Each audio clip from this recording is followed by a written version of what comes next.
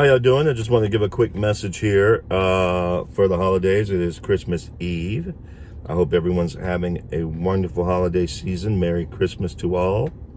And I just wanted to share some thoughts with you really quickly as far as things that I'm kind of keeping up with and things that have been going on involving entertainment and a little bit on the back end, probably about politics, but I'll keep it on the entertainment front, do a little politics, and then go back to some entertainment.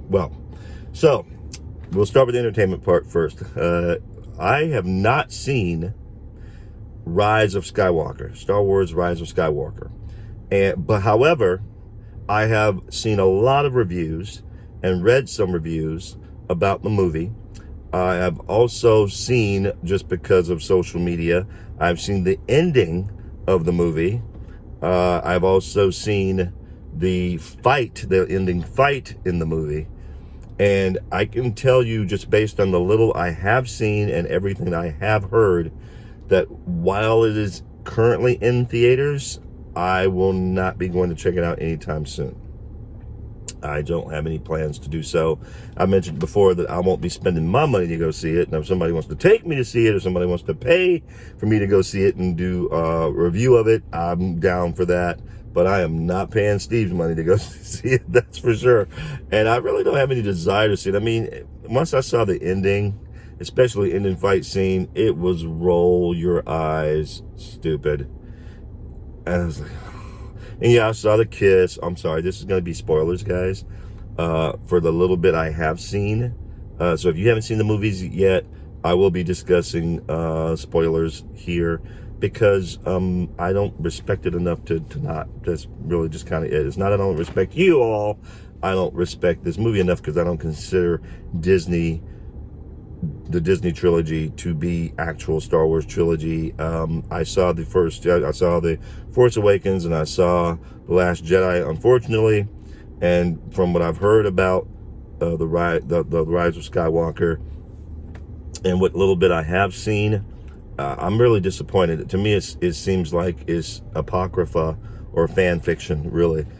And fan fiction would be even given a little too much credit. It's like somebody who doesn't really understand Star Wars decided to do Star Wars movies without basic understanding of Star Wars or what they think Star Wars should be like.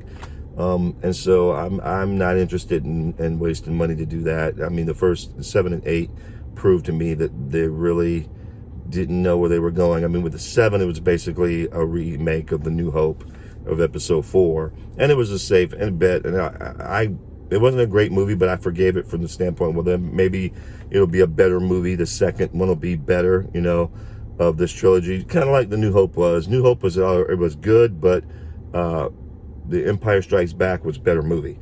So I thought it'd be along those lines. So I was willing to give it a pass, even though I had no understanding. I couldn't wrap my mind around how Daisy knew all the stuff she knew and could just automatically fly the Falcon, being trapped on a desert planet her whole life, fending for herself. She can fly the Falcon. She can fly it better than Han Solo. She can fix it. She's never heard of the Force supposedly in her life, but yet she knows how to use it. All that stuff in the first one I didn't appreciate them killing Han in the first one.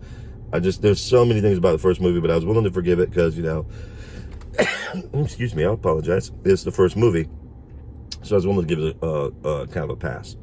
But after seeing Last Jedi and how Rian Johnson absolutely he didn't just destroy the middle part of the trilogy, he destroyed the trilogy. It takes a special talent to destroy a trilogy, and the more I've thought about it, the more I believe that he did it on purpose. I'm starting to believe that Rian Johnson did what he did as an FU to Star Wars and Star Wars fans, and unfortunately Kathleen Kennedy allowed for that to happen. She seemed to be okay with it because he totally identifies with her politics. The moment I saw, as I've said in previous videos, the moment I saw that those Forces female t-shirts, I was like, man, this is a bad sign. So my hope now is that the movie loses money. They don't seem to want to let us know exactly how much they spent, but I'm willing to say it's probably upwards of $500 million, simply because of all the reshoots that J.J. Abrams himself said they had to do the reshoots. I wouldn't be surprised if they spent $400 or $500 million in this film. And if they did, and it doesn't get to $1 billion, it's definitely going to lose money. So my hope is that it does, that it spells the end of Kathleen Kennedy, and they actually get some good people running Star Wars who actually care about Star Wars, like the people who are doing The Mandalorian, Jon Favreau and Dave Filoni. Dave Filoni actually was an animator. He did the Clone Wars, which was fantastic.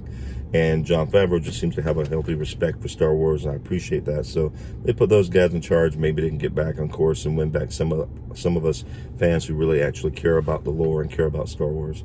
So I don't have any plans to see the Rise of Skywalker. Sorry, the Ruse of Skywalker.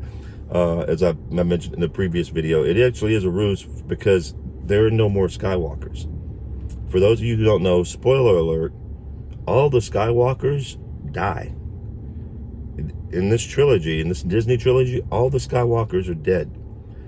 Rey, who is actually a Palpatine, and Palpatine's back. I mean, they've been doing that in the trailers. But Rey, who actually turns out she's a granddaughter of Palpatine, claims to be a Skywalker. And I saw this scene online. She claims to be Rey Skywalker at the end of the movie. So what it really should have been called was The Rise of Palpatine or The Fall of Skywalker, because that would have been a much more apt line, especially since bringing back Palpatine really pretty much destroys the original trilogy. But at any rate, I would highly suggest not going to see it if you don't want to. There's plenty of the clips of it online. There's plenty of clips of the kiss. There's plenty of and if you know what that is, you go online and check it out. It's online. There's plenty of clips of her saying, "I'm Rey Skywalker." That's online. The fight scene between her and the Emperor, which is so stupid, that is online. I saw that first. That is the first bootleg clip I saw of someone actually at the movie theater recording it. And when I saw that, I went, oh, there is no way I'm going to go pay for that. It's bad. It's bad. But anyway, I digress. So if you want to see something, if you want to just, part of me kind of wanted to see it because I like sometimes bad movies I think are hysterical, and I enjoy the comedy behind watching something that's unintentionally bad, but I can't reward them for what they said to the fans, how they treated us after The Force Awakens, but not just The Force Awakens, especially The Last Jedi and what Disney allowed J.J. Abrams, and because he was talking some smack too initially, and Rian Johnson, especially Rian Johnson, how he came after fans and called us man babies and misogynist and racist and trolls and all this other stuff. I can't reward him for that, and especially Kathleen Kennedy. She started all this stuff.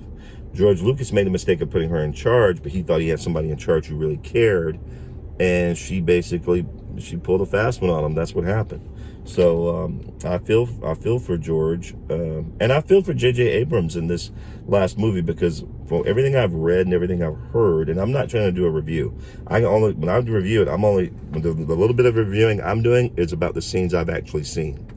But from what I've read and heard about the movie, is JJ was basically trying to fix and retcon things that happened in The Last Jedi. So it's really, he had almost impossible task. He had to try and fix a movie that Rian Johnson, I believe purposefully, my personal belief, I believe purposefully destroyed.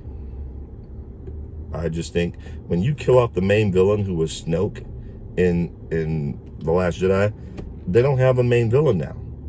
And they have to try and create a movie, and that's why Emperor Palpatine's back, because Rian Johnson killed the main villain in the second movie. So I kind of feel sorry for J.J. Abrams, although he was talking a little smack too, but he had a really, really impossible task. And he did not pass the test. He is not known for finishing things well. So he stayed true to form when it came to not finishing things well. He definitely stayed true to that. So, oh well. Now, I'm going to switch gears a little bit here and talk about the political front. As some of you who don't know, the president was impeached. And what cracks me up about that is there are actually people who think that means he's gotten removed from office. And that's not how impeachment works. It's kind of reminds me of Han Solo saying, that's not how the Force works. That's not how impeachment works. Just because somebody said you were impeached doesn't mean you automatically lose the office. It's just not how it works. When it comes to the presidency, it's not how it works. The House, the House Democrats obviously hate President Trump, and he gives them good reason to. He is the troller in chief, which I personally think is funny, but he's just who he is. Is who he is. He likes to troll people, especially people that he doesn't like or don't like him. It's just part of his personality. But by the same token, they're taking it, to my personal belief, a little too far with the whole impeachment thing, because that I think it's a dumb move, because initially what I've understood is the reason it had to be done before Christmas is he's a threat to society, he's a threat to the United States, and we got to get him out of there before he destroys the next election, before he destroys our country. But then after the impeachment, the Senate is responsible for the trial and kicking the president out. That's how impeachment works. The president gets impeached. It just basically means he's been indicted by the House. The indictment's supposed to go to the Senate. The Senate votes on whether or not to kick him out. And we all know that's not going to happen. But what the House is doing, and the person who's in charge of the House, his name is Nancy Pelosi, the head of the Democrats over there, Speaker of the House, she's not sending the impeachment documents over, and there's supposed to be people who are chosen as House managers to go to the Senate and say, here's why we're impeaching the president. Well, she's not sending any of that stuff over. So because she won't send it over, I'm like, I thought this was urgent.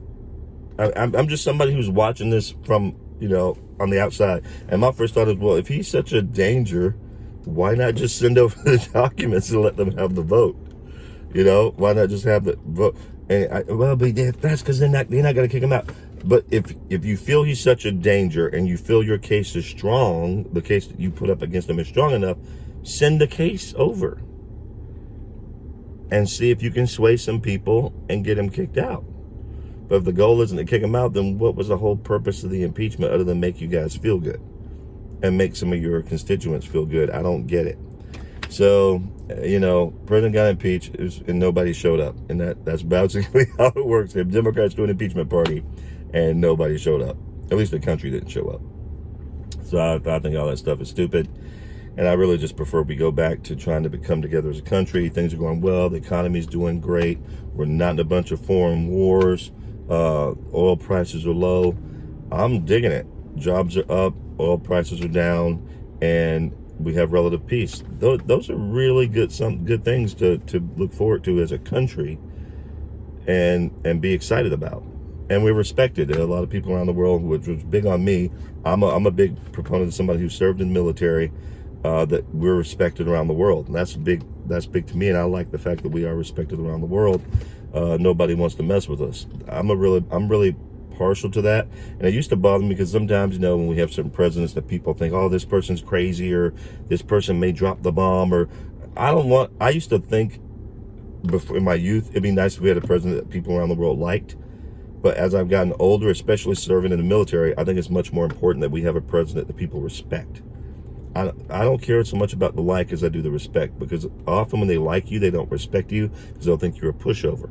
But if they respect you, even though they don't like you, they're not going to F with you. And I'm a big fan of that.